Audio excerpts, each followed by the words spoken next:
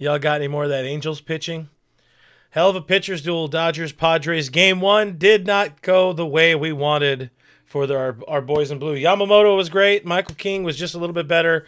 And I said I wanted one thing in the series. Don't see Mason Miller with a lead.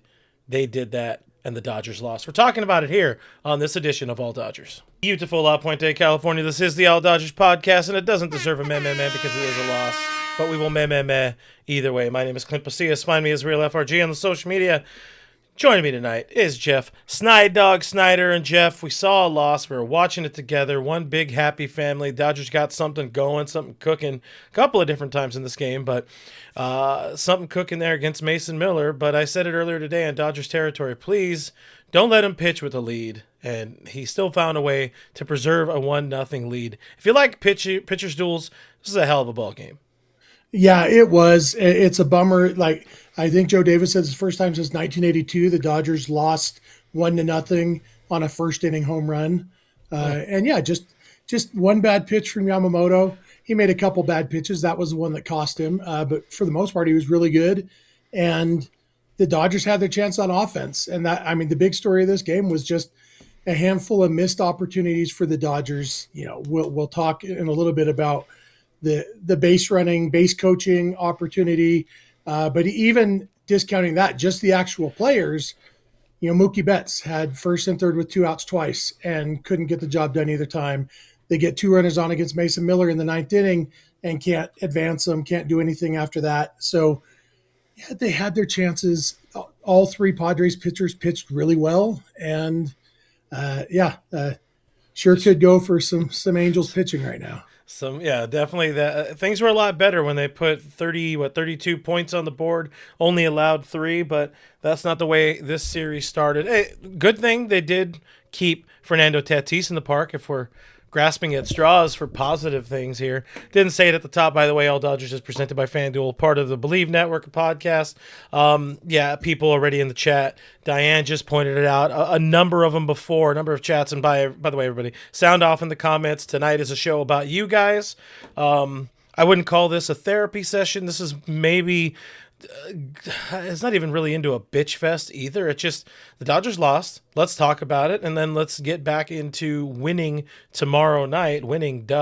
Sadly, it's with probably the worst Dodger starter in this series with Emmett Sheehan going on the bump. But talk about that later. But yeah, everybody's talking about the Dino non-send of Hye-Sung Kim. In the moment, Jeff, I was just as upset as everybody else, thinking that he could have and should have scored on that play, and then Dino held Hye-Sung Kim on a ball that got away from Fernando Tatis, who was playing second base, which is still weird to see that, you know, platinum glove outfielder. But yeah, you watch it again, you start to believe, Bulldog, when he's like, I don't know, I think he could have been out. I think it would have been, Fernando's got a really good arm. I think he would have been out. You got the top of the lineup coming up or continuing, behind Shohei there. Like, don't make that last out at home when you're struggling. I could see it. We have the benefit of hindsight. Hye-Sung Kim is fast. Maybe he scores, but what's your what did I used to call you here? The reasonable guy or something like that? So many words. Reason? The voice of reason.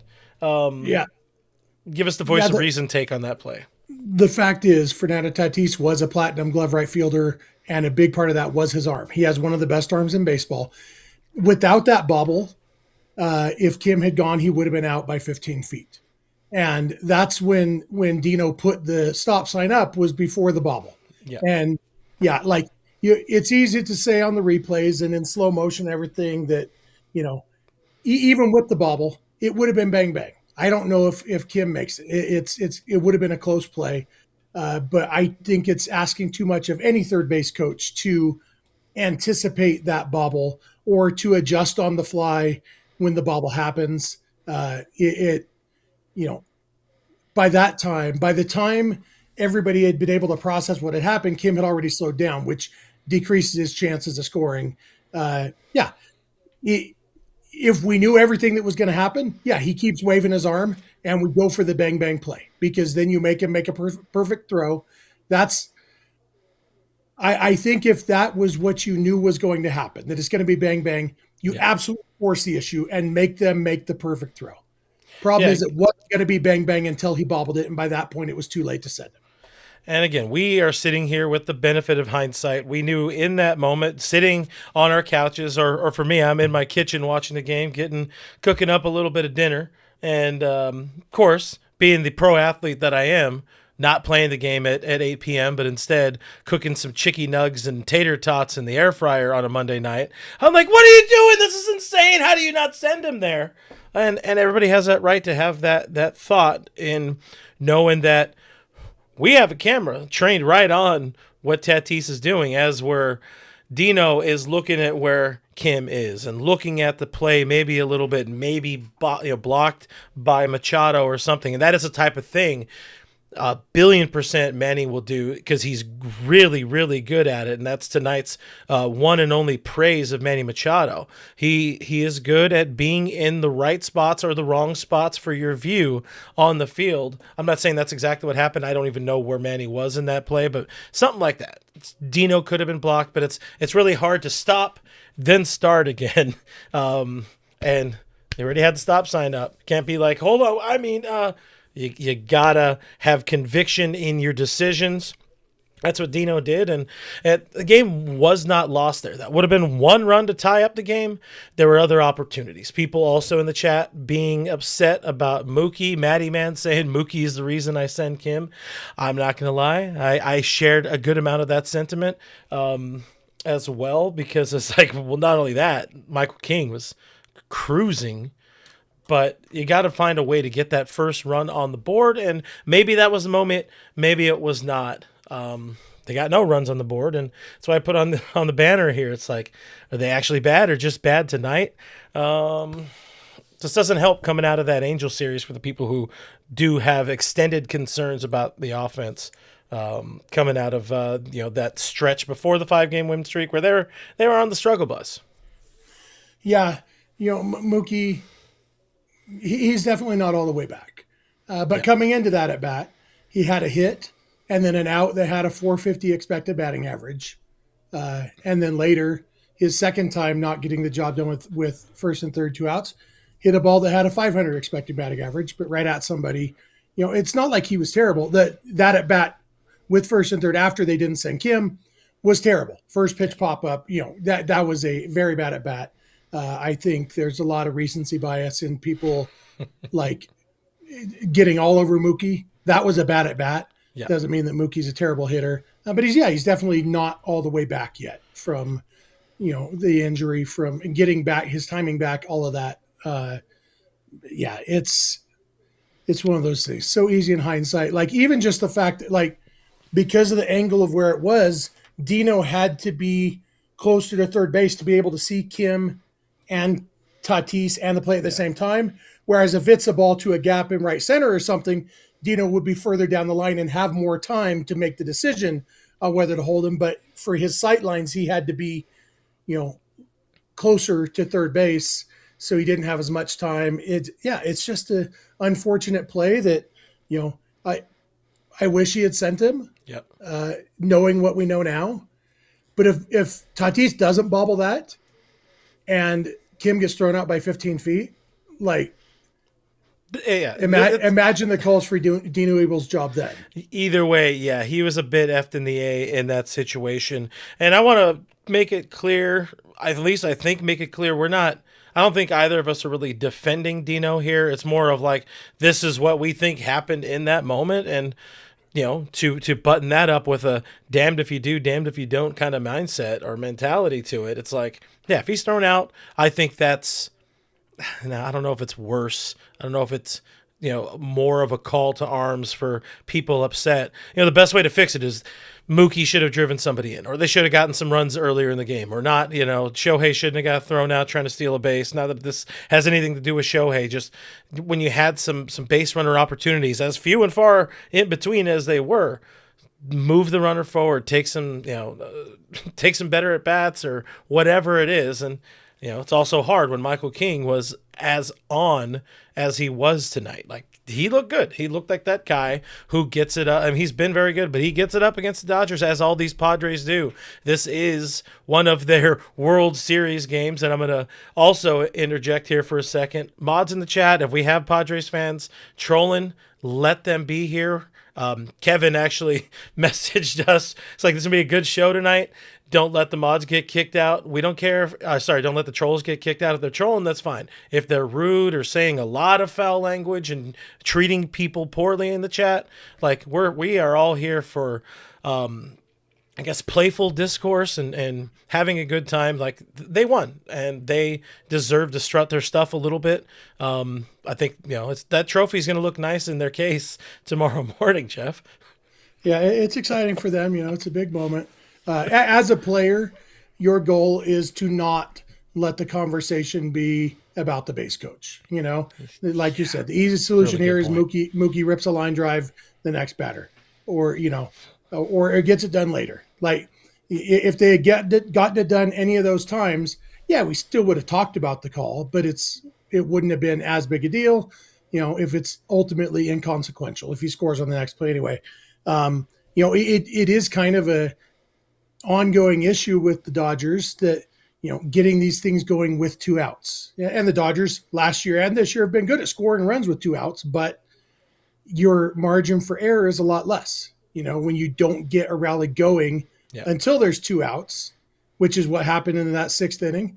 Didn't get anything going until there was 2 outs. And so, that was their first at bat with the runner in scoring position of the game. And it was with 2 outs. So you can't get a productive. Obviously, Mookie's pop-up wouldn't have been a productive out anyway.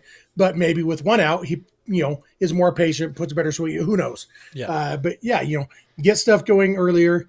And yeah, you do have to tip your hat to Michael King and Jason Adam and Mason Miller. They pitched really well. But yeah, Dodgers drive nice cars too. They should have won this game. They I don't know if they should have, but they had opportunities, because at the end of the day, for my feelings, they should have won this. Okay. That's what I'm saying. No, okay, that I could respect for sure. Yamamoto also very good. We'll talk Yama in just a second. I want to stay on the theme of this particular topic bar. Mr. Buddha in the chat saying there was way too much fist bumping going on about sweeping the worst team in baseball, the Angels. It's always nice to win, but people lost perspective completely. Maybe that last part is a slight bit of an overreaction. It feels like we have overreaction Mondays back here for just a second. But that's why I put that on there. It's like, I think we had a little bit of that conversation last night, me, you, and Jeff. Other Jeff, if you could have at least put the one up that paid to say the same thing. Oh, I missed. Enigma's super chat is well, then, and also have Enigma 499 in the chat. So this is why some of us weren't ready to jump up and down at us sweeping the AAA Angels and the 2026 Giants, for that matter. They have work to do. This offense has work to do. I also saw somebody say in the chat, we got to see them go trade for World Series hero. Michael Conforto is having himself a real nice year over there in Chicago. Only batting against right-handed pitching. And I will never agree with the mindset that you shouldn't enjoy it when your favorite team wins just because the team they beat was bad. And I don't know that I'm positive nobody in a Dodger uniform got overconfident from the sweep. And that's what matters. Fans can get as overconfident as they want. You and I both predicted a sweep for the Dodgers in this series. Spoiler alert, that's not going to happen, idiot. Don't go back and check the tape, guys. Yeah. But fans getting overconfident doesn't matter. Doesn't mean anything, doesn't hurt anything. It just means that they're confident. And that's a perfectly acceptable way of fanning. I definitely prefer to be the kind of fan who enjoys when my team wins rather than focusing on what they could have lost if things had happened differently. They should have won more 2 games ago, so I would feel better. You know how it goes. I want to get to Richie's super chat as well. Richie with the 499 super chat. Thank you as always.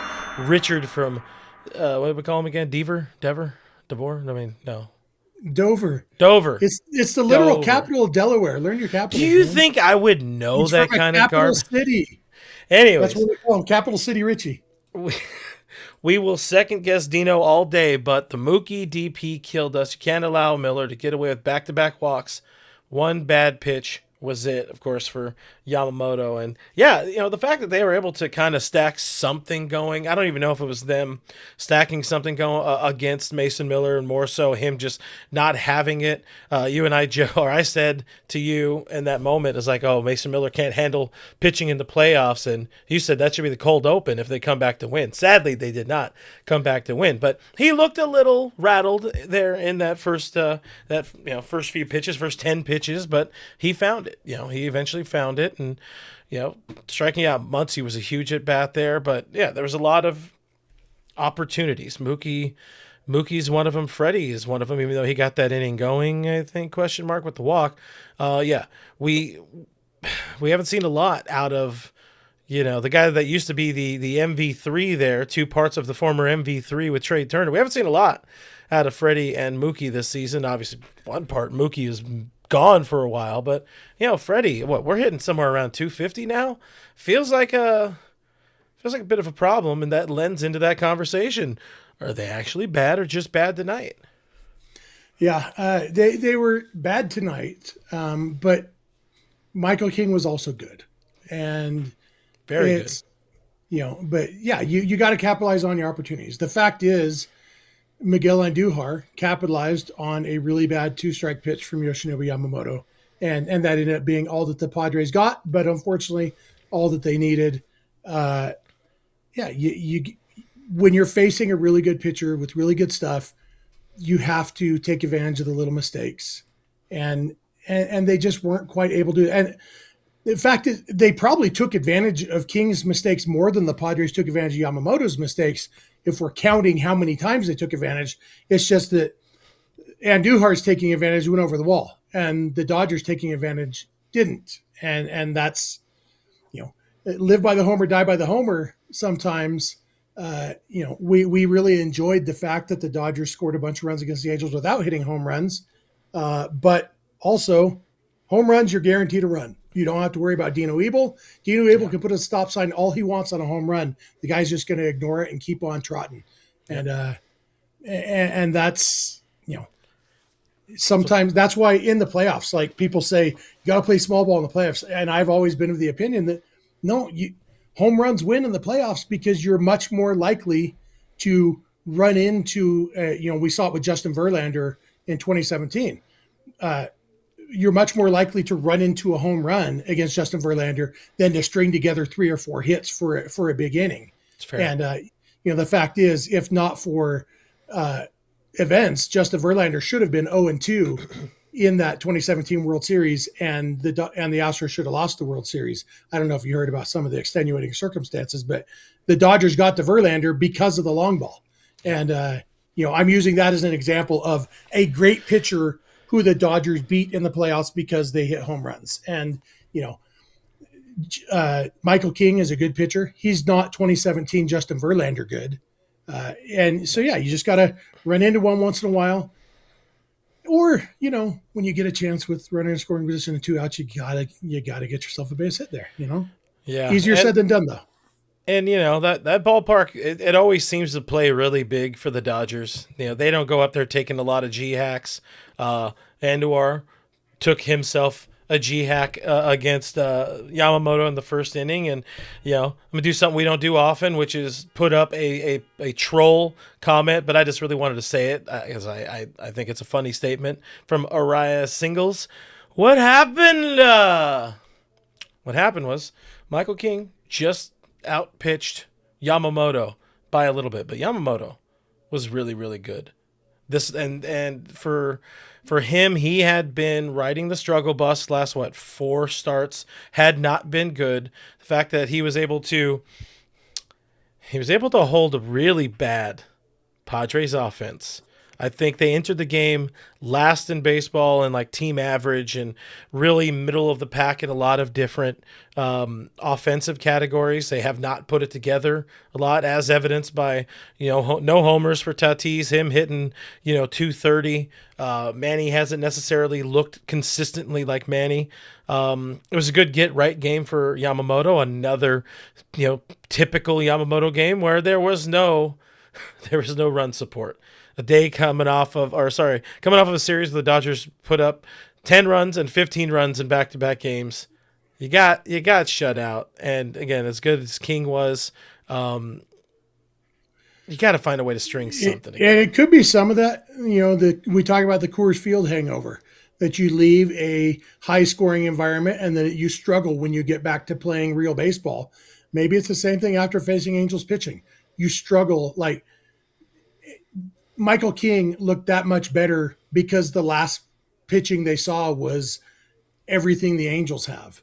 Mm-hmm. And it's like, it's been several days since we've seen a major league pitcher.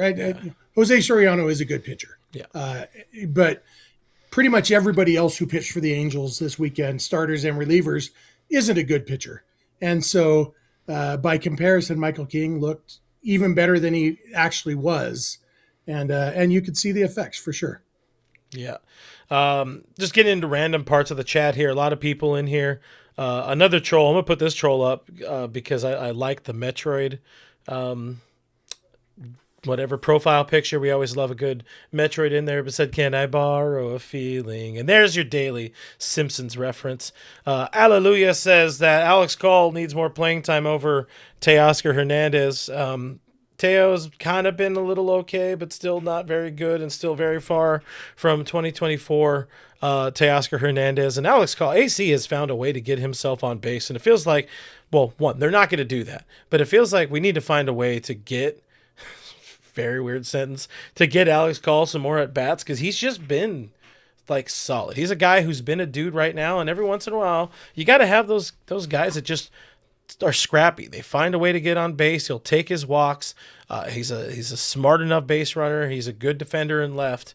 I'm not saying he should get the lion's share of starts over Teoscar Hernandez, but if you're trying to find a way to, get something going, can the Dodgers play with a rover? Like I hear they ruin baseball and they just make up rules for them. Like, how do we get him in there? Yeah, part of the reason Call has been super successful is because he has been put in the right spots. Yeah. But when we were talking a couple weeks ago about how maybe Teo's struggles are health related, maybe he isn't fully healthy, and if that's the case, get Wardo or JT3 up here to play left field, and if they did that, then Alex Call would get the start against pretty much every left-handed pitcher. If Wardo or James Tibbs III came up, because they're both left-handed hitters, and so that would get Alex Call more at bats. It seems like it wasn't health related for Teo, so there's probably not an IL stint coming up for him, which is good, obviously, that he's not hurt. But yeah, it is hard, especially over this next stretch. The Dodgers face a lot of right-handed starters for the next little while. So Alex Call, it's going to be pinch hitting against a lefty reliever here and there. And whether that's pinch hitting for Teoscar Hernandez or pinch hitting, probably most often pinch hitting for Haesung Kim, we're going to get some Alex Call at bats, and he'll keep taking advantage of those opportunities. That's one of the things I really like about him, is that he doesn't appear to need regular at bats in order to be effective when they do call on him. Yeah. But yeah, it is on a night like tonight when the guys couldn't get it done. It's tempting to say, I wouldn't have minded seeing what Alex Call could do in that situation instead of Mookie Betts one of those times, but obviously they're never going to pinch hit for Mookie Betts with Alex Call. It's a fun thought experiment, but it's never going to happen. That's a tough one. When do we flirt with the idea of having a conversation about moving Mookie down in the lineup while he's still kind of in rehab mode, kind of still in spring training 2.0 mode?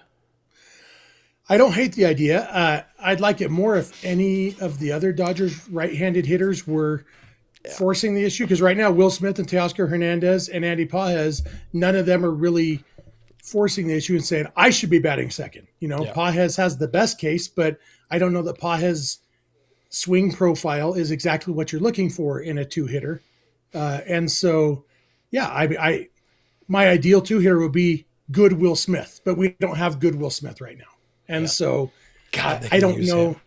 Yeah, I don't know what the answer is right now, because you don't want to just stack your lefties. You don't want to go Ohtani, Freeman, Tucker. that's pretty rough, and it makes that run way too easy late in the games. Not easy, they're still good hitters against lefties too, but you know what I mean. So yeah, I don't know what the answer is. I don't hate the idea of moving Mookie down, but it seems like they would have to really have a really compelling alternative, and right now they don't. They really don't. And even if you were to stack lefties, I mean, I'm looking at kind of guys who are hot and who are not right now over the last week. Dalton Rushing is over his last 10. Freddie Freeman's hitting 105 over his last 19 at bats, 2 for his last 19. You mentioned Pages is one of the right-handed options, 4 for his last 26. Like back to this point, I don't know that the offense is actually bad or just bad. They're definitely bad tonight. I think they are bad right now, and this is a theme that we've had over the last week and change. They're absolutely bad right now, and hopefully at some point they find something. And we've seen this a number of times with this team, with these two teams in these kind of series where it's all the pomp and circumstance of the first time these clubs have met this year. The Padres have won game 1, and the Dodgers went on to ho-hum win the next 2 games. And that's kind of the hope. That's the goal. That's what we would like to see. I would like to see Emmett Sheehan out-pitch Griffin Canning, who has been ass for the Padres this year. And I would like to see Shohei Ohtani out-pitch Wandy Peralta. I forget what his name is. I think it's Rodriguez. You're muted, by the way. You did that. Randy Rodriguez. Randy. Wandy Randy. Yeah. His middle name is Wandy. Anyways, those dudes are solid to some degree. Griffin Canning, and it's worth noting, your mouth said bad right now. The words on the screen say bad tonight. It's an important distinction. Yeah, they're not bad right now. They're bad tonight. They were bad tonight, and they've been good the last few games against bad teams. But really bad pitching. Jose Soriano is not a bad pitcher, and they got. Well, he also had his worst start of the season. He had like 0 command, which. Yeah, but you got to give the hitters some credit for making the good pitcher work, And so, all in all, yeah, we don't know what they are because I'm positive that what the Dodgers offense is somewhere between the version that scored 15 2 nights ago and the version that scored 0 tonight. I think that's safe to say. Yeah, Dak said, relax. We just won 5 straight. And yeah, the team won 5 straight. That looks good. But yeah, and they do get to face the corpse of Griffin Canning tomorrow. And that is... Was he ever living? Hopefully. I think when they drafted him, he had at least showed signs of life. But yeah, there's a chance to turn things right back around. They made Jason Adam throw a lot of pitches tonight. They made Mason Miller throw a lot of pitches tonight. Hopefully they score enough runs tomorrow that the Padres wouldn't really be thinking about using either of those guys anyway tomorrow. But that they got a chance to get right tomorrow. And this is one of those games, as much as it sucked, the players have already moved on from this one and are ready for tomorrow. Because you cannot dwell on this one as a player. We absolutely can as fans and as podcasters. We can dwell on it and be frustrated about it and just wish that this had gone different and that had gone different. Players have already moved on. They're probably, just about back at the hotel right now, and it's not haunted like the one in Milwaukee. And so they're getting a night. San Diego's got nice hotels. They're going to be sleeping good tonight, and they're going to come out and they're going to put a beat down on Griffin Canning tomorrow. That's the hope. That's the goal. A couple more things on this, and then we'll spin forward, look at tomorrow's game, look at some other stuff that happened news-wise for the Dodgers today. We got another $4.99 from our friend Richie in Dover. I said it right that time. So we never match the intensity of the Padres at Petco. Not that a game at Petco in May is a difference. Our key hitters need to find it soon. I agree with that last part. The key hitters just need to find it soon. That will go a long way, and not having to worry about who you're playing and how they're playing and all that kind of stuff. If you just have guys that are feeling good with their mechanics, feeling good with their swing, we're going to be in a lot happier spot, a lot better spot. But also, Dodgers had 10 base runners tonight. The Padres had 6. This wasn't a case of not matching them. It was it was a bad pitch and a good swing one time. It's not like the Padres came out and outclassed the Dodgers tonight, and it just felt different. No, I mean Jackson Merrill, Mr. Vibes, had 2 comebackers to the mound, and then an almost double play. There wasn't. This wasn't an intensity thing. This was a bad pitch and a good swing. And that was one of the things I talked about this afternoon on Dodgers territory. Is like, I hope this doesn't become one of those games or one of these series, and I doubt it will, because you don't have old angry man Mike Schilt in the dugout anymore. You have kind of soft pitcher Craig Stammen leading this team. It's Manny's team, but I didn't want to see the forced drama. An inside pitch to Tatis and the overreaction and the hair flying and the bat flying and him hitting the floor, even though the pitch was 5 inches away from maybe his wrist because he hangs over the plate, or Manny being Manny and making something that was unnecessarily like creating drama, creating issues. This was just 2 teams pitching well and 2 teams not hitting that great.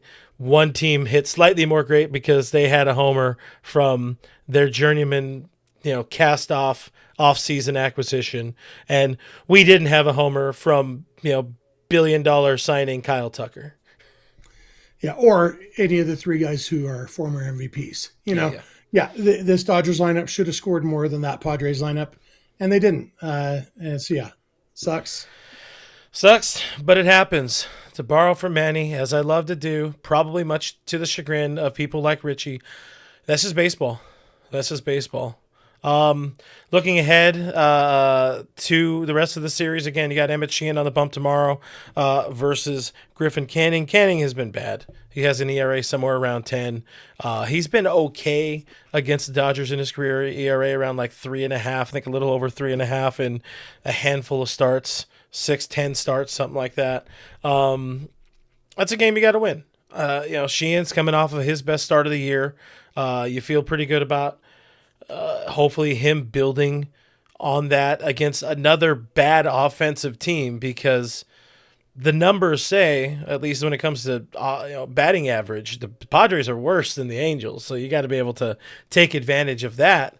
If you can, please. But looking at the odds, one thing that's important for all of our Padres fans, fan friends in the chat, looking at the odds over with our friends at FanDuel.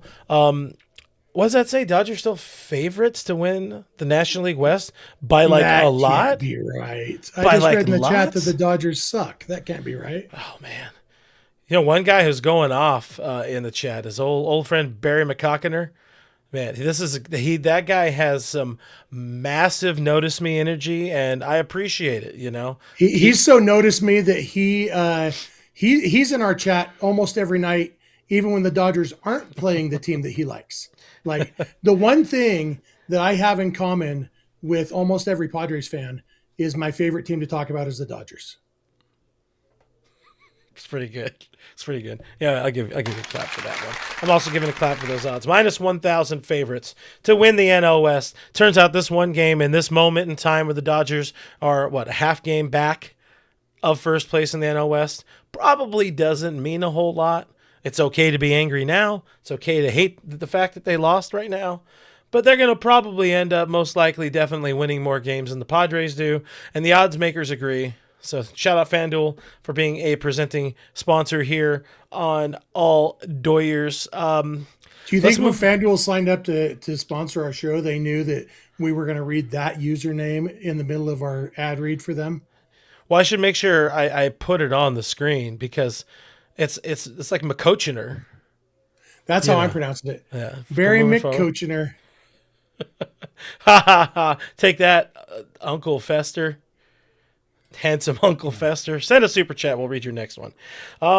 We got some other things, odds and ends of the day, and then we'll take some more comments and we'll get out of here. The intent is a shorter show. It's a Monday. We had a really good show last night. If you guys missed it, go check it out. I think it still holds, except for the part where the fact where we were happy because the Dodgers won a bunch of games. But there was a lot of injury news and updates, mainly from Brandon Gomes. I think Dave he needed a reliever to somebody to answer the questions about everybody. What's Eric Lauer's role going to be? What's going to be the deal with Blake Snell and his surgery, which is set for tomorrow?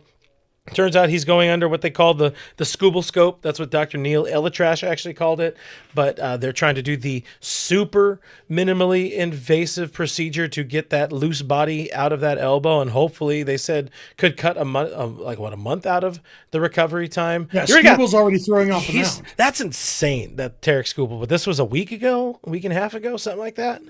I think it's longer than that, but not a lot longer. It feels super recent. So if you're able, if you're able to shave a month off and get him throwing, get Snell throwing. It's been 19 days since Scooble last pitched in a game. I don't know exactly when the surgery was, but the fact that he's throwing off a mound already, even with that, I'm clicking on article now to see if it tells me when he had his surgery. Not sponsored by article. Yeah. You can Google it. May 6th. So it's been 12 days since his surgery, and ridiculous. He's throwing off a mound already. So, it's redonk, as young people say. The youth. He's hip. He's with it. Noah in the chat saying, I wonder how those loose body parts look. Well, that's something different. Loose body parts and a loose body. Parts. It's like a little, probably a chip of bone. Loose body is what we used to call bone chips. Yeah. That why did they bone change? Chips is a free. I don't know. It because it's not always bone. Sometimes it's cartilage. It can be anything.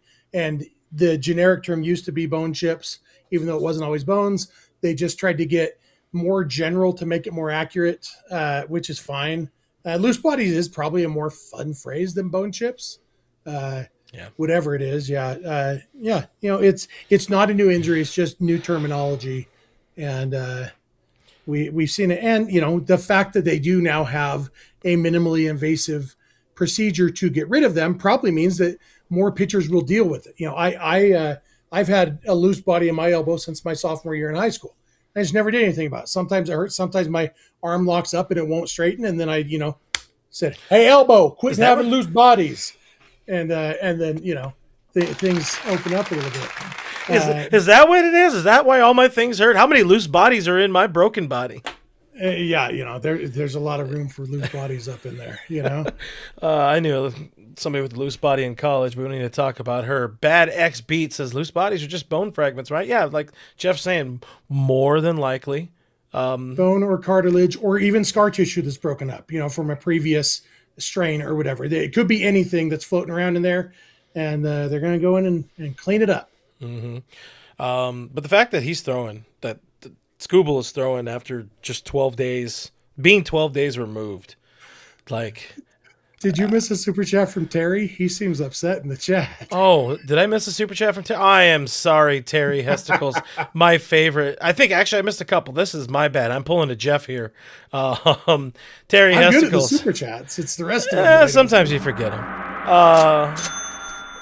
Terry Hesticles, $4.99 super chat. I'm gonna give a couple more gongs for being a dummy and forgetting it. But Dodgers number 2 hitter couldn't produce. Padres number 2 hitter was the difference in tonight's game. That's the show. Good night, man. You should have sent that at the start of the show. We could have been over already. Appreciate Terry. Well, he did send it like 15 minutes ago. You want me to hand you the buttons? Try to do this so you can go to bed earlier, pop. Noah also had the $1.99 super chat. Thank you very much, Noah. As you know, says Sheehan and Yama have 3 wins. Yama has 3 more losses. Yeah, it's been tough luck. Tough luck situation for my dude. Yeah, my 22-4 prediction for Yamamoto this year. Offense is really going to need to step it up for that to happen, They need to go real hot. And also I miss Francisco with, let's get this on the screen. Let's embiggen it so people can see it. $9.99 from Francisco. We appreciate that. We're going to hit the applause for that. In no way, shape, or form should a solo and to our home run be the difference in a game. Offense had multiple chances, didn't come through. Madres aren't that good, in my opinion, but what does that say about L.A.? Shaking my head. Yeah. Good thing it's May. It's a good thing it's May. They slayed the dragon one time in May. Pause for effect. All right, so we got the Scooble stuff. More so the Snell stuff. We'll find out more. I'm sure we'll have more insight into how the procedure went tomorrow. Make sure you guys are tuned in tomorrow night. I just want to, can I make a point real quick? Yes. September 3rd, 1927. You were there.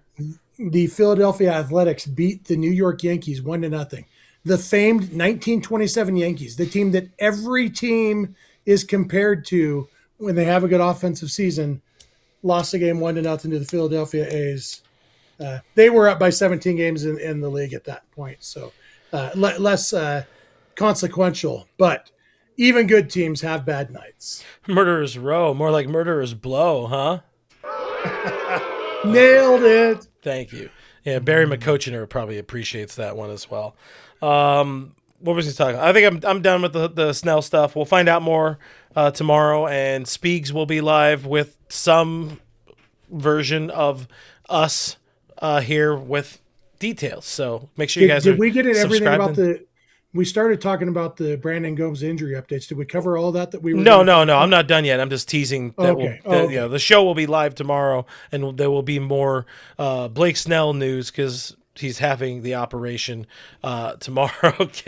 Kevin Dodgers Guerra in the chat says, "Bet Kevin Skinner is happy." Noted Padres fan, Kevin Skinner, definitely. But how'd the Cubs do today? Because that's really how he determines his happiness. Definitely his favorite team right there.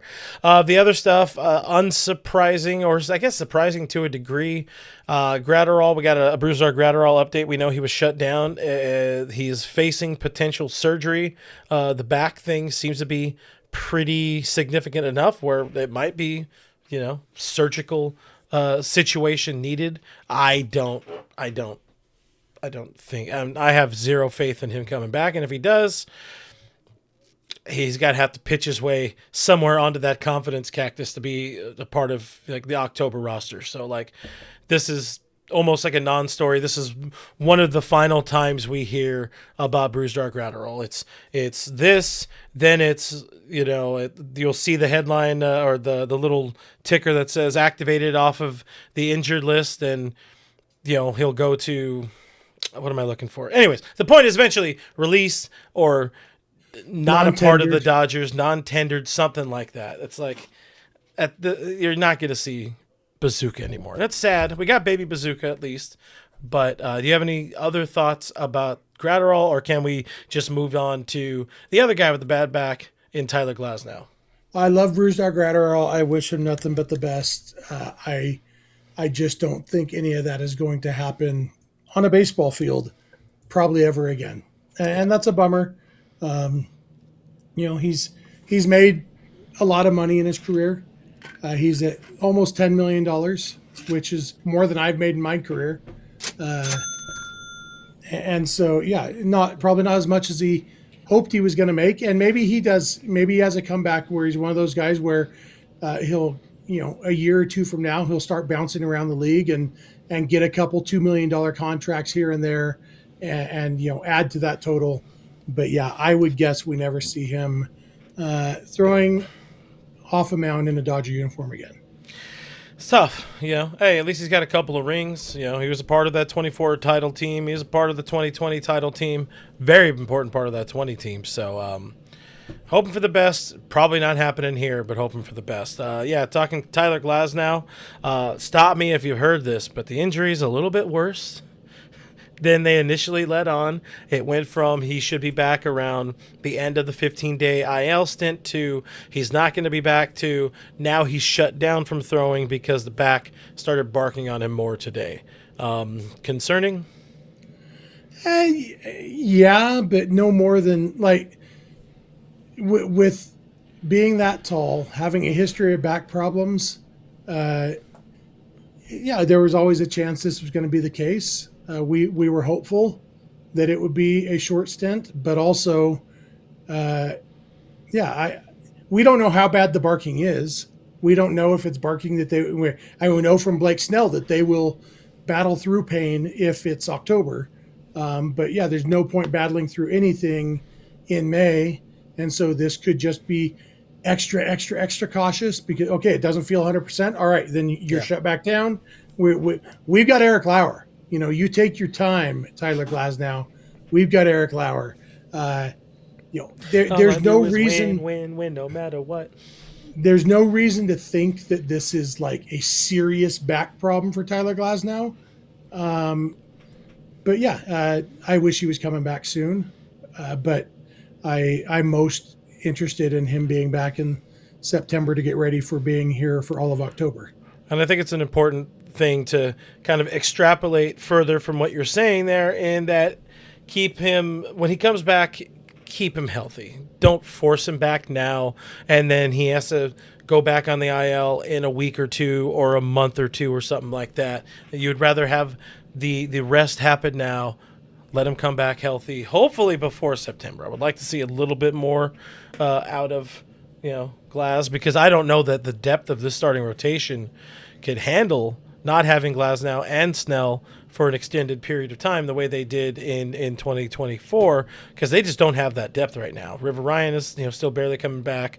They just add Eric Lauer, who, breaking news, hasn't been good at all this year. I think he'll be better in a Dodger uniform, depending on how they really do deploy him. And that's one of the next things somebody asking in the chat or saying, talk about Eric Lauer. The Brandon Gomes update was different than that of what Dave Roberts said when he was put on the spot. But Dave said he expects swingman reliever, as where Gomes said he's going to be starting, which is not surprising considering they want to keep a six-man rotation. They don't want to strain or extend Shohei or Yamamoto. I would not be surprised still, like we talked about last night, I would not be surprised to see an opener in a game or two and him still be the length guy to give you 4 or 5 innings or something like that. But that's one of the 6 best guys you got right now that's healthy. Eric Lauer, come on down. Yeah, one thing I think people forgot or didn't realize yesterday when Dave Roberts said what he said is what swingman means.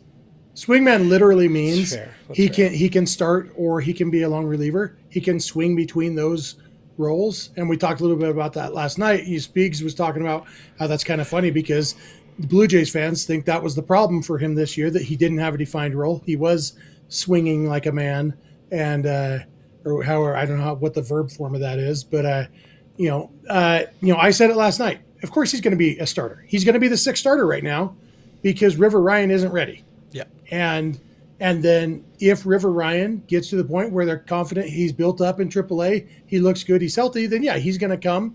He's going to take that spot from Eric Lauer, and Lauer will either at that point get DFA'd or become a long reliever. Probably a long reliever, because right now, even though they did option the witness protection person going by the name Chase McDermott today. He's still AI. That's an AI person. They still have something pretending to be named Charlie Barnes, and they added do they still somebody have another else. one? They added White another Mills. dude today. Well, they also added another guy today whose name escapes me. Rodriguez, something like that. As Speaks said, they had to fill a little bit of an ethnic quota in the bullpen, which was fair when you had 3 generic white AI people. Trying to find the name. Jonathan Hernandez. There it is, Hernandez. Finally, we get a Hernandez on this team. Listen, that's a trifecta. You're going for a 3-peat. You need a 3rd Hernandez. Hernandi. To go back to the Lauer thing and the River Ryan kind of timeline of that, probably not, because you should want your 5 or 6 best dudes in your starting rotation. But because of the state of this starting rotation and the depth and pretty much everybody at the minor league level being really, really bad this year, something Kevin and I talked about on Saturday, I wouldn't be shocked if they stashed River Ryan at AAA a little bit longer, because you have Eric Lauer. If you try to move off of him, you're going to lose him unless you move him to the bullpen, which he would not be one of the better bullpen arms healthy right now. Keeping River Ryan healthy and available at AAA.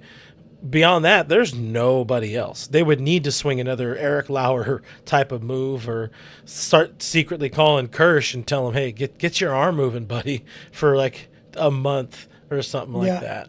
And I do think it's going to be another start or 2 or even 3 before they would consider bringing River Ryan up. He only threw, 50-ish pitches in his one start in AAA since he came back from the injury. Just kind of a So- lot for his first game back, but Yeah, and he wasn't on the shelf for that long, so he was still semi-built. it was a yeah, month. They're going to want him to get to at least 90 pitches in a minor league start before they would even consider moving him to the big league rotation. At that point, though, like I get your point about, if you lose Lauer, then you don't have Lauer available in case somebody else gets hurt. Yeah. But, if Wyatt Mills is still on the team at that point, okay, you don't have to lose Lauer. Like you lose Wyatt Mills and have Lauer be a long reliever. You keep him in the bullpen. I think there's ways around that. And so, I would guess that as soon as River Ryan, he's going to be pitching somewhere. And so it's not like you're saving his arm by keeping him in AAA. Yeah. And so, once he's built up, I expect that, assuming he pitches well, which he did he pitched very well in his first start. I expect to see him up there if Eric Lauer is still one of the 6 best options in the big leagues.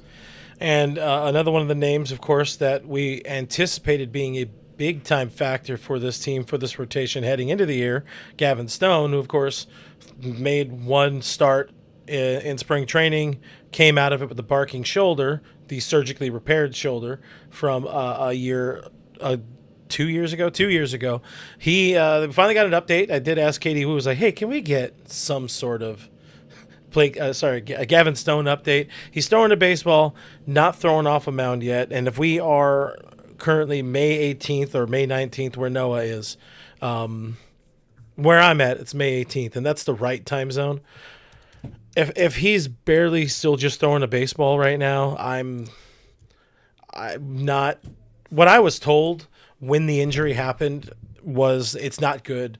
People behind the scenes with the Dodgers were very concerned about potentially needing another surgery. Of course, Dodgers calmed down all of that kind of fire. They said he's fine. It's shutting him down for now. They don't expect anything too big for him. And at the moment, my source, I was like, I don't know if I could trust this guy. But now, as we're getting further away from him throwing a baseball or him throwing off a mound, him throwing downhill, I'm starting to believe him again. I'm starting to believe the fact that we're a couple weeks, a month away from Gavin Stone set to undergo shoulder surgery for insert malady here.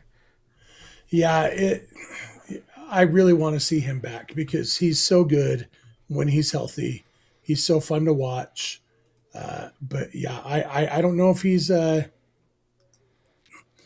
don't know. I worry. Yeah, shoulder injuries are hard to come back from. Very worried about you, buddy. Yeah. Yeah, we're absolutely very worried.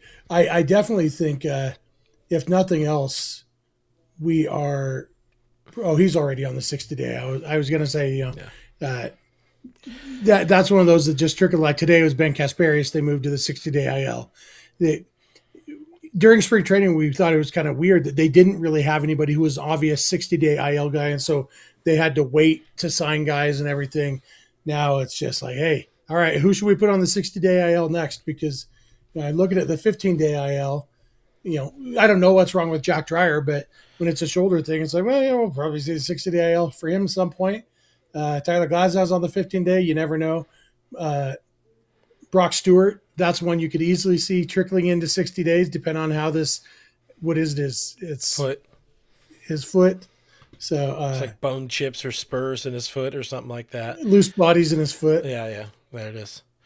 Snell, 100% can be one of those guys because I don't think he's going to be back within 60 days, and you could, retroactive it about a week. So. Unless, Tarek Skubal's only going to end up being we'll out find out more. Make sure you guys tune into weeks, Speaks and Gang tomorrow night. I don't know if I'm going to be here because I have to fix somebody's car because that's a thing I keep having to do. But that's the state of the Dodgers. Not a great game. Some good injury news, injury updates, some bad injury updates. I hope we have a good update tomorrow that the Dodgers win a baseball game and Gavin Stone is throwing 100 off the mound at Camelback and everything is fine, but might just not be one of those seasons. Any final thoughts from you before we sign off? No, tomorrow's another day, and another day tomorrow you get to face Griffin Canning, and so there's always hope, and it'll be a fun game tomorrow. Hopefully tomorrow's episode will be happier. probably have fewer Padre fans in here if the Dodgers can pull off a win, especially if it's a convincing win. I'm sure Barry will still be here because that dude can't live without us. He just can't quit us. He's broke backing us all night long.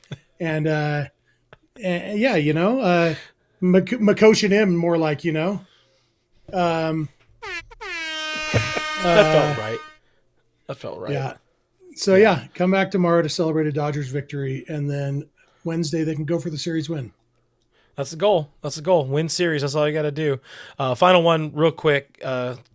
We've seen it a couple times. Somebody brought it up in, I think Enigma brought it up in Discord. Cole by Cole asking or saying time to stretch out Kyle Hurt.